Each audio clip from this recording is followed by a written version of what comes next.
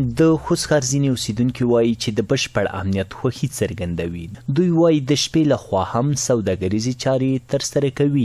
د ښار اوسېدونکي زیاتوي پخوا به د شپې لخوا د لارو په اوږدو کې ویره ورسره وه، خو اوس د اسلامي امارت له بیا واکمنېدو سره د ښار امنیت ډاډمن شوی او خلک د شپې ناوخته هم بازار ته ځي او خپلې اړتیاوې پوره کولی شي.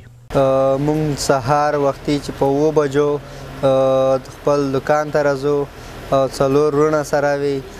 مونږ د اسلامي امارت د اسلامي امارت برکته چې مونږ تر شپې 12 بجې پورې 11 بجې پورې مونږ خپل کاروبار په مخ بیایو.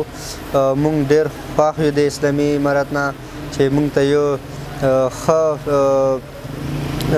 هغه راوستلی دی، امنیت راوستلی دی. مونږ په ډاډه زړه کولی شو چې تر شپې 11-12 بجې پورې خپل کاروبار په مخ وبوځو. دوی له امنیتي بنسټونو مننه کوي او زیاتوي د خوست ښار واټونه، کوڅې او ښاري سیمې چې د شپې پر مهال پکې ګڼه ګوڼه زیاته وي د ښې فضا څرګندونه کوي. الحمدلله امنیت چې دا پوره د ډاډ وړ ده. زمونږ چې کله ضرورت شي په ډاډه زړه کولی شو چې راوځو او سامان واخلو، د اړتیا وړ سامان مو چې وي او الحمدلله ښه په ډاډه ګرځېدلی شو چې کار چې ویو هر څه چې وي الحمدلله ښه موندی. په افغانستان څلوېښت ولایتو کې څلرویشت سطح ګرځه را موندی. شپې هماله خوست بزرګ د خلکو وځي شپه ټوله شپه داسې 2 لکه رڼو ورځ سیک والیبال وایي، سیک کرکټ وایي، سیک فوټبال وایي.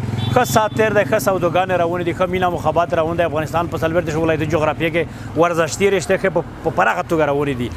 د یادونې ده چې د اسلامي امارت په بیا واکمنېدو سره په هیواد کې امنیت په بشپړه ډول تامین شوی، پانګوالو ته د پانګونې ښه زمینه مساعده شوې او ورځ تر بلې په یاده برخه کې د خلکو لیوالتیا زیاتیږي.